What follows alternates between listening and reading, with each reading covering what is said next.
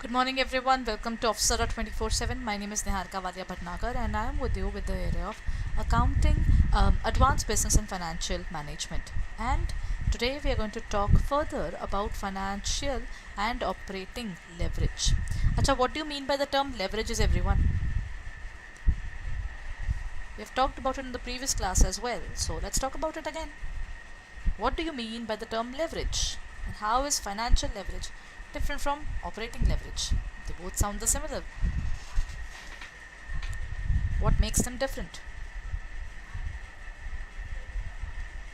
See, the point is, leverage means to give power. Okay? It is actually the power that we give to them.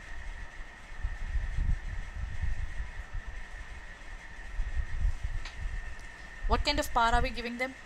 If you have finances, you can buy anything. Do you realize that? Organization would get so much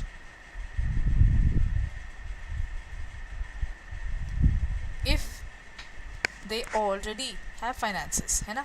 So we have two things. One is financial leverage and the second one is operating leverage. Financial leverage is obsessed with, let me correct you, it is actually obsessed with earning per share. It's always like, array, the earning per share should increase, the amount of the shareholder should increase. That is what they always wanted. ठीक है ना? Well, when we talk about the operating leverage, it's not going to talk about the earning per share. It's going to increase the operating day-to-day working of the organization. They want that money should be there for the day-to-day working. Okay? While the earning per share would always want the financial leverage wants that the organization should have maximum they should have maximum wealth maximization is the ultimate key for them. So in this case the correct answer would be the EPS. So we have got the difference. Financial talks about the day-to-day functioning while the operating talks about the functioning in terms of the organization in a different manner, है ना? That's the main difference. So what next are we going to do? The term leverage in general refers to the relationship between fixed cost and profit, the sales and the fixed cost, interrelated variables or relationship between two unrelated variables. What should be the value of leverages? See, leverage is basically getting the power into the organization. The power. What kind of power is it? The financial power. If they need money, they always should have money, na? If they do not have money, how will they work? Isn't it, everyone?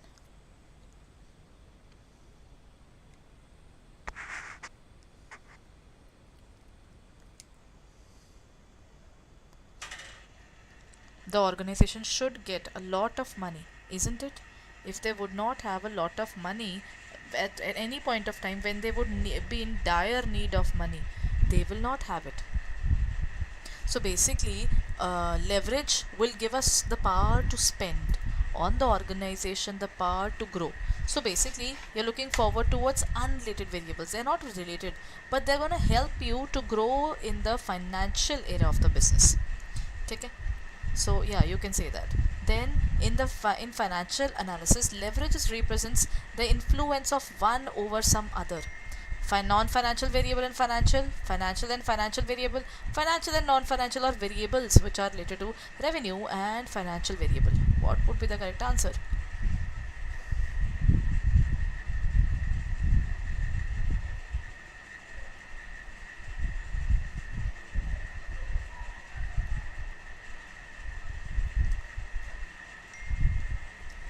In financial analysis, leverage represents the influence of one or more related. What are the things related?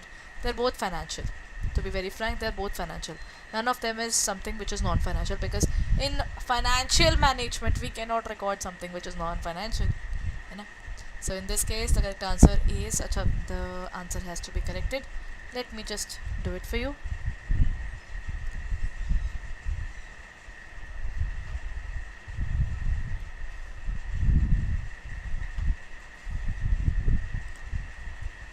Next question. Dash is the ratio of net operating income before fixed charges to net operating income after fixed charges. Financial leverage, operating leverage, operation leverage, or fiscal leverage. See, the point is, when we look at the financial point of view, for a long period we want growth, that is financial. For a short period when we want growth, that is non-operating, net operating income after, this is operating part. Operating means for your business transactions. When you need money for your business transactions. So the correct answer is going to be operating leverage.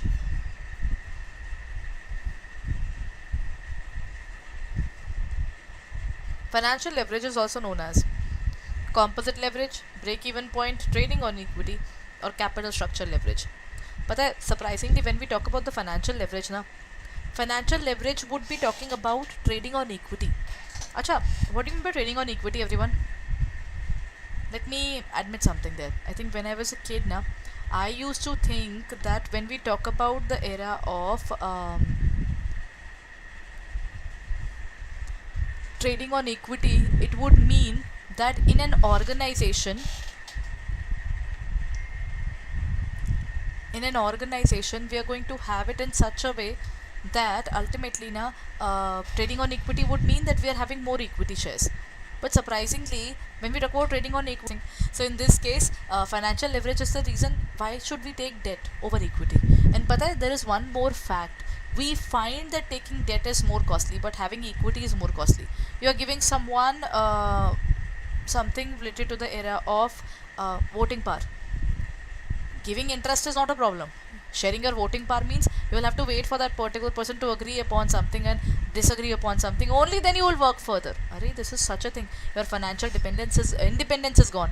You will have to wait for someone. Ki, sir, I taken the loan from you. Can I use this money for some other things? So that can be a big problem there. So here comes, that is the correct answer. That is trading on equity. Trading on equity does not mean trading in equity. It means trading in something other than equity. EPS will be 0 at financial break-even point, operating break-even point, both A and B, or none of the above. Earning per share will be 0 at.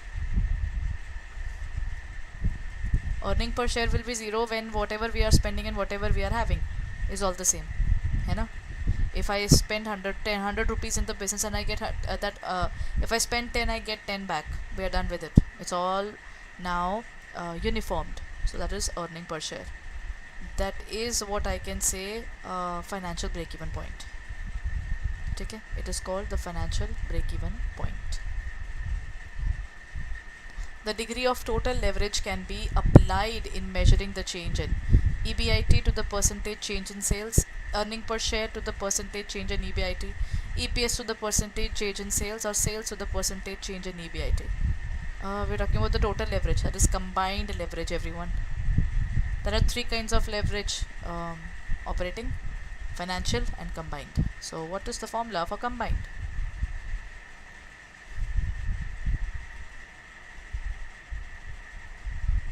It's going to be earning per share divided by percentage change in sales. So what is the correct answer? It's gonna be C.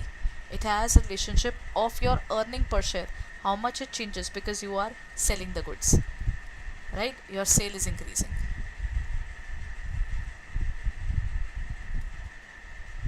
Done. So in this case, earning per share to the percentage change in sales.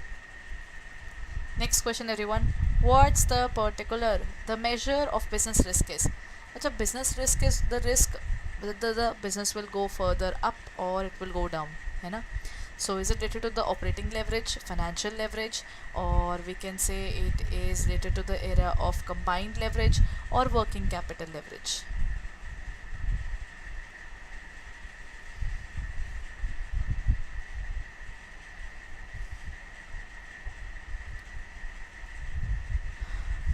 The measure of business risk is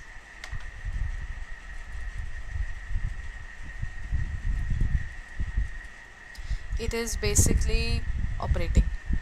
business is based upon operating now day-to-day working of the business. So that's why the answer would be this. Okay? So it is going to be operating leverage.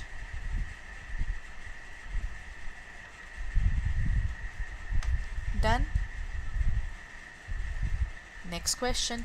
High operating leverage shows higher burden of fixed cost and high EBIT, low burden on fixed cost and EBIT, and then we have high burden of fixed cost and low EBIT, low burden on fixed cost and low EBIT.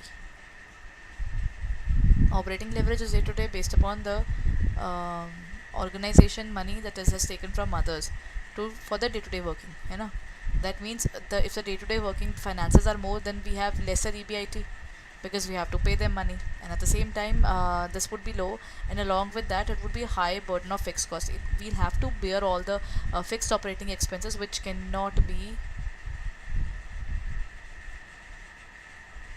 denied. This amount cannot be denied now. So in this case, higher burden of fixed cost and low EBIT. High financial leverage is not good as it indicates the large content of fixed cost, fixed interest charges, variable cost charges or contribution. High financial leverage. If you have higher financial leverage, that means you are taking a lot of money from others, or the finances in the business are being infused at a big amount. It is not good. Why? It will say that you'll have to pay a lot. That is why it's called fixed interest charges. That means the organization will have to pay interest. But interest is not the only issue, na everyone. If it would have been the only issue, that wouldn't have been a problem. With interest, you'll have to pay the principal portion as well. So you should have enough money that you can bear both without a problem. Right? If you cannot bear both without a problem, that is scary. Isn't it? Now comes the next point. The operating leverage may be defined as the degree to which debt is being used in financing the firm, difference between price and variable cost, the extent to which the capital assets and fixed costs are utilized, the difference between fixed cost and the contribution margin.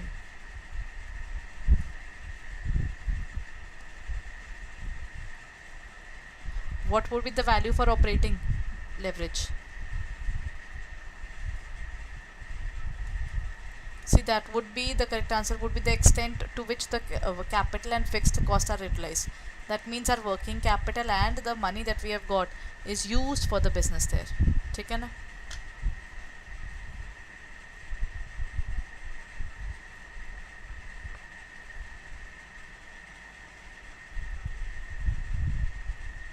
Done, everyone?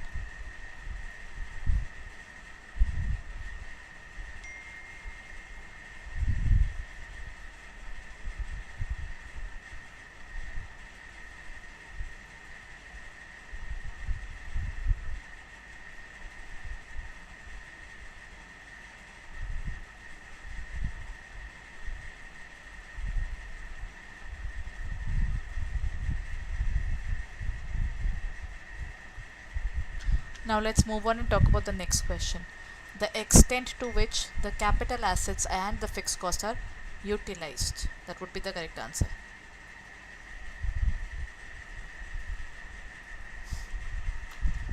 So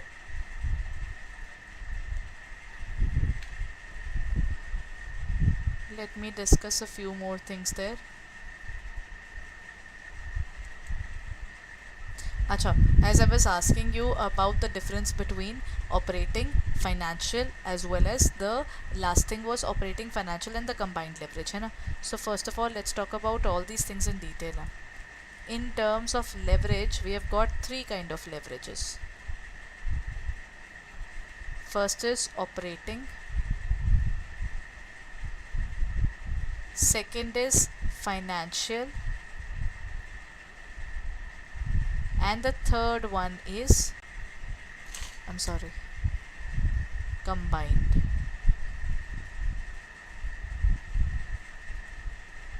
ठीक है? From this topic, do we get any questions related to the numerical? Yes, in the examination they do ask questions which are related to this area. So I think let's talk about the particular formulas as well, so that you can actually note it down, है ना? So I think let me find a bigger place where I can explain it all.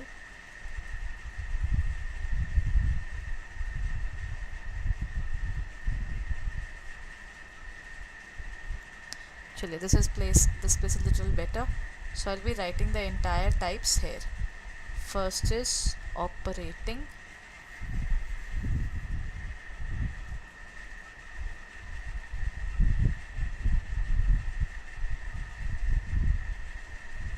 investing, and financing.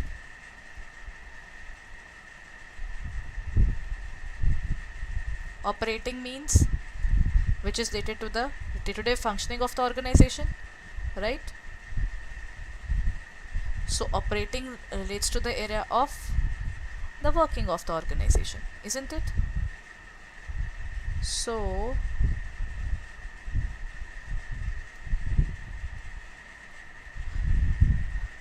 let's talk about all the formulas there.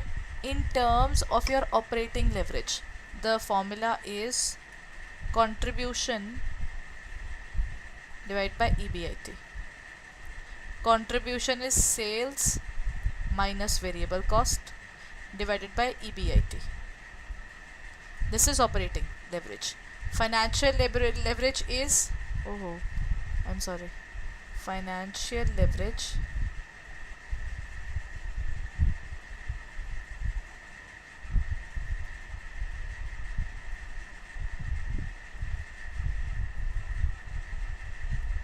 Financial leverage is EBIT upon EBT.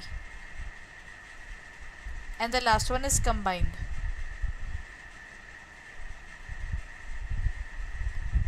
Combined leverage is Contri divided by EBT. So these are the three formulas for finding the leverages. Combined is Contri upon EBT. 1 minute. I'll be writing it here, everyone, in case you are not able to see it below. Combined leverage is equal to contribution divided by EBT. Done, everyone? Yes, so these are the formulas. So I hope it will help you to learn these formulas. Kindly note down the formulas there, try the questions, because this will help you to bring clarity. ठीक है? चलिए, everyone, today is the last day for registration without late fees. So if you're looking forward to it, 1 to 7th is the time period. After this, additional fees would be applicable and late fees is there, right? And the chances of getting your required examination center will also decline the more time you take to register yourself. So if you haven't registered yourself, you should be doing it as early as possible. So let me show you where to go on our website to look forward towards the classes of this particular examination as well. Right, first of all, go for the registration. Second of all, what you can do is you can take up our courses. Due to the eve of Janmashtami, we are giving you special discounts on our CAIIB November attempt. What you can do is, currently as you can see, there is double validity going on. That too, you will get 81% discount as well. That is, the particular discount would be KANHA 80, that is Kanha 80. The amount, if you buy the CAIIB for 6 months, you'll get it for 12 months, and the amount is 7367.40. You can also get it for 3 months, which is just 5,000 rupees. And if you buy it for 12 months, then it would be available for 24. That will be 10,314. If you look at this particular thing now, the number of months, there are so much that per month cost is very less. In this case, even the same thing happens. It is around for 12 months you have to pay 7367, not even 1,000 per month you'll have to pay. So these particular things are beneficial. Why should the Mahapack be taken? 500 hours of live classes, test series, e-books, 970 videos. All the elective subjects are covered. Both bilingual as well as English medium are covered. You can review our previous classes, the current classes that are going on, the future classes that would be available, unit testing, e-book, marathons, mega marathons. You will get everything there. ठीक है, marathons, mega marathons, elective subjects, all 5 are being recorded and given to you. That means you can choose which particular subject you want to do and you can practice it accordingly, right? So if you're looking forward to it, don't forget to use the code KANHA Kanha 80 to get 80%, 81% discount with double validity. So hurry